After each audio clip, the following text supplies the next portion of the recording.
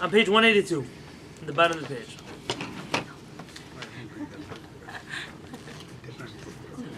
Says Rabbi Avraham, ואחר זאת עליך לדעת כי גדולה מעלת הענבים והיראים לפניו יתעלה ורבים תיאורי קרבתם אליו. I would now like you to know that the humble and God-fearing have a high status before Hashem. Much is written in praise of their closeness to Him. ספרי הנביאים מלאים אותם דרוש ותמצאם. The books of the prophets are full of the praises of those people who are humble. Look for them and you'll find it. השגחת השכינה השורה עליהם ובזכות חירותם מן הגאווה אינם מתפעלים ואינם מתרגזים משלטונם של עושי עוול. They are enveloped in the divine providence, and because they are free of ego, of arrogance, they're not affected or troubled by the power of people who do things wrong. וזהו שאמר דוד, that's what David says, אל תבואני רגל גאווה ויד רשעים אל תנידני. Do not allow the way of the arrogant to enter me, and the hands of the wicked shall not move me. When a person doesn't have ego, so the whole world doesn't revolve around them. There's some people that get offended about everything. Not everything's about you. Not everyone is thinking to upset you because not everyone's thinking about you in the first place.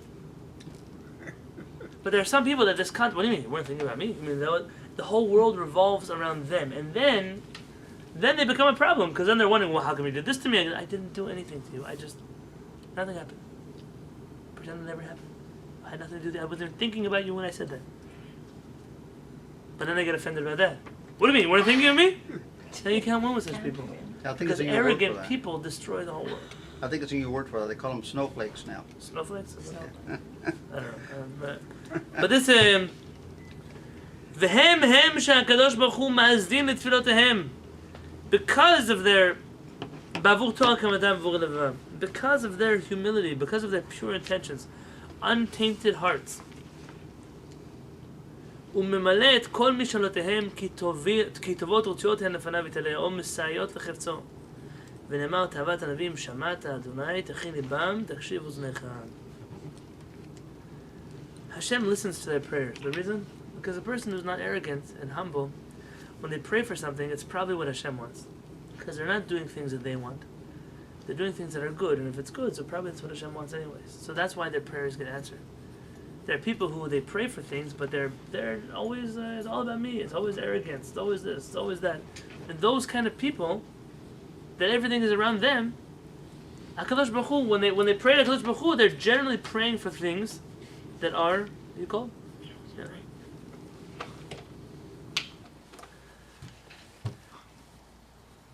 They pray for things that are generally not the Shem Shamayim. They're not for the sake of heaven.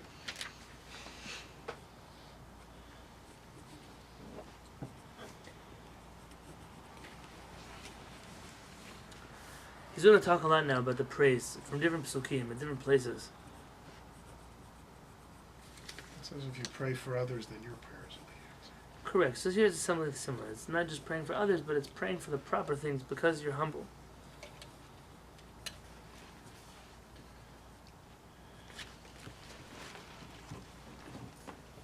Let's read the bottom of the page. ויתבונן במה שאמר הנביא על אודותיו יתעלה. Have in mind what the prophet said in the book of Tzefaniah. בקשו את אדוני כל ענבי הארץ אשר משפטו פעלו, בקשו צדק, בקשו ענווה, אולי תסתרו ביום אף השם. Seek Hashem, all you humble of the earth who have carried out his law. Seek righteousness, seek humility, then you may be protected on the day of Hashem's wrath. ומתוך כך, and from this, עליך להקיש, on page 186, you should learn out, כי מבקשי השם באמת ובתמים הם הענבים. Those who truly seek Hashem are those who are humble. כמו שנאמר, בקשו את אדוני כל ענבי הארץ. Seek out Hashem, all those who are humble on earth. והם העושים את רצונו. They are the ones who do his will. כמו שנאמר, אשר משפטו פעלו, that they have carried out his law. I have to stress something. What you're seeing is those who stand up for Hashem's Torah are humble. It doesn't tell you that they stood up for Hashem's Torah out of humility. I'll explain. If somebody says, listen, there's something wrong in the Jewish community, I'm going to stand up and fix something. Who do you think you are? What are you, so arrogant? No, to the contrary. My humility tells me that I only need to care, not about myself and what you're going to say about me, what you're going to do to me. My humility tells me that it only matters what HaKadosh Baruch Hu wants. So I'm going to fix a problem. I'm going to make sure there's a problem. And I'm going to make sure there's a solution to these problems. And so it doesn't look like humility sometimes. But just like you see that the humble people are those who carry out Hashem's will, those who carry out Hashem's will inevitably are those who are humble. השגחתו יתעלה על מי שמתגלית לו ניתנה בזכות בקשת הצדק שהוא עיקר התורה. Hashem gives his special providence in the merit of those who pursue righteousness, because that is the central theme of the entire Torah.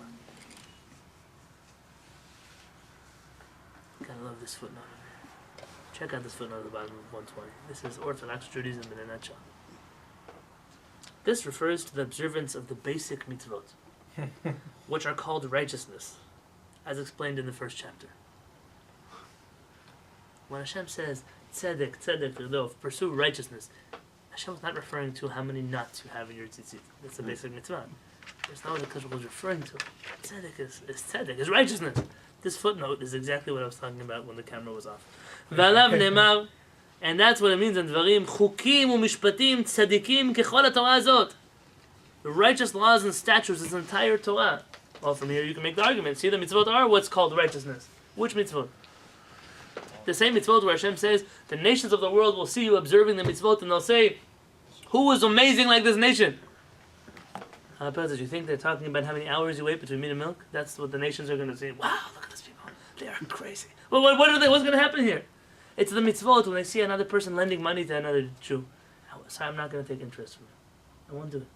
Even though, why should I give you my money? You see someone helping out another person. You see one family paying for the wedding of another family who can't afford it. You see chesed, you see tzedek, you see righteousness. You see that a widow in the community, an orphan in the community is taken care of. I wish I could say these things and they would all be true. You see those things, and that's what makes a person say, wow, look at Am Yisrael. Look at Am Yisrael. I went to the cab driver in New York. A Jamaican cab driver. I got a lot of Torah from this cab driver. He told me, he said, you know what's special about the Jewish people? He said, if one of you guys loses their job, someone's going to help him find one. He said, if I lose my job, somebody will come put flowers on my gravesite. Dang. Wow. He said, you die alone.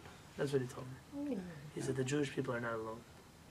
I don't know how much he knew about Jews. I don't know unless I could show you enough Jews that'll put flowers on your gravesite also, right? There are enough of those too. Let's not live under any false illusions. But there's truth to that. You know, I remember I was sitting in a rabbi's office, and he gets a phone call. And it's an elderly lady from the community, her garage door broke. And who do you call when your garage door breaks? The rabbi. Yeah, the rabbi arranged to have someone come up. He gave her a phone number, repairman. Tell them I sent you. Because that's how Am Yisrael is. If the communities are the center of the Jewish community, then the rabbis in the center of the community should be. And that means that we're all here. If someone needs to look for a job, if someone needs a place to stay for Shabbat, there's no hospitality committee that takes care of that. And I start making phone calls to the same people every week. And I have the people who tell me yes all the time, the people who tell me no all the time. I call anyways. I know they're going to hang up the phone on me. I know those people. What can I do? HaKadosh Baruch Hu gives you a house. So do chesed with it. It doesn't have to be people sleeping in your house. It doesn't have to be people eating in your house. But chesed. You have a friend needs to make a party and they don't have a place to venue. You have a place in your backyard. Let them come to your house. Everyone knows what they can do. But use the things that you have for chesed. It makes a real impression on the world. That's what the community is all about. You know, in the olden days, people would get married. The Kehillat Rebbe. They got married. They used to get married on Friday in Ashkenaz. It was a big thing. Because nobody could afford to make a wedding meal. So anyways, you made Friday night dinner. So everyone would just bring their Friday night dinners and eat together. That was the wedding. They did a wedding in the afternoon, and everyone come back together at night and eat their dinner. In fact, I know I shouldn't say this on camera, but there is an opinion in Ashkenaz that the mitzvah of having music at your wedding is so important that one could actually hire non-Jewish musicians to play music at a Jewish wedding that takes place on Shabbat. Because the value of music at a wedding is so important. Now, I'm not telling you, don't walk away from here, you know, Rabbi Yoni said we could go to a rock concert in Shabbat. That's not what I said. Yeah? What I did say is, you see, there was a culture once that valued Jewish music as part of the learning experience, part of the Jewish experience, part of the, how could you have an event that doesn't have? How can you have a place where people don't sing? A quarter on Shabbat and later. We can add a chair over here, maybe everyone's scoot down. Rabbi Yonatan Halevy, he says the value of song in the Beit Knesset, to worship Hashem through song. Where did that go? Where did it disappear? And once our rabbi said you can't sing anymore in synagogue. Because the Levites sang and says that until the temple will be rebuilt, you can't sing. Okay, so we know where not to pray on Shabbat. That's all. That's nothing. It's an important thing. Tzedek, tzedek, tzedek. When the people see the righteousness of the community there. When you said Hashem gives His special providence to those that pursue righteousness. See, people try to do things that are good for other people, they normally succeed. I had a friend who got married. By the time he got married, his wife was maybe 20. I don't know how old she was, 21. She had paid for the wedding of 19 orphans. Wow. From what? 21, maybe 20. Not older than 21. That I could tell you because she wasn't older than him. How did she do that? She started an organization when she was in high school and fundraised. Wow. Fundraised. She would go around different places, calling synagogues, calling yeshiva, and she fundraised. Put together, she paid. Today, Baruch Hashem, I think she even has an organization that's actually functioning like this. Imagine you come to your wedding and it's not like, I didn't spend all this on myself. I did this for other people. The person like that, everybody in the world wants to dance at their wedding. It's like dancing around Hashem. It's like dancing around a person who's dedicated their life to help other people. It's something special. There are special people, and we can be part of those special people. It's never too late to start doing that. There's a person that I know that owns many houses. And whenever he hears a Jewish person wants to move into the neighborhood, move to a community, even though he can get more money somewhere else for his house, he'll specifically look to rent it to a person who will benefit his community. Why? Because listen, he can't give a lot of tzedakah. So what he's going to do is he's at least not going to lose money. But he's going to, add whatever it costs him to pay for that house, that's what he'll charge. And that way he contributes to the community in that fashion. It's also a tzedek. Not everything is the same. Not everything is right out of check and that's how, there's a lot of tzedek that exists. In fact, I was talking to a rabbi recently, has a lot of money in Israel. Maybe we should make a merger. Not in San Diego though. He has a lot of money in his shul, but nobody comes. People pay their way through like not coming to shul. That literally he has more money than you could think of sitting on this table, and he can't. If he needs to say kaddish for someone, there's not even 2 people who'll come. Yom Kippur, he has to rent a place in a hotel because his big shul is not big enough for everybody. And the rest of the year, he sits there alone. They get questions. So okay, there's clearly a problem here with the rabbi, with the community, with the function. And that's not the point. But it doesn't help always to just have money. Sometimes it's people, it's hands, it's. A lot of people think it's like a dispensation. As long as I pay for the rabbi and the synagogue, then I don't have to be there. It's the Jewish guilt fee. Right. That's the. It's like the Catholic dispensation for paying for your sin. You pay for it, so your sins are forgiven. Yeah, other priests. We could start an organization like that too. Make a lot of money. Dispensations. Yes, you don't have to fast Yom Kippur. Yeah, you don't have to. How much does that cost? That's expensive. Right? Premium plan. Hashem will continue tomorrow.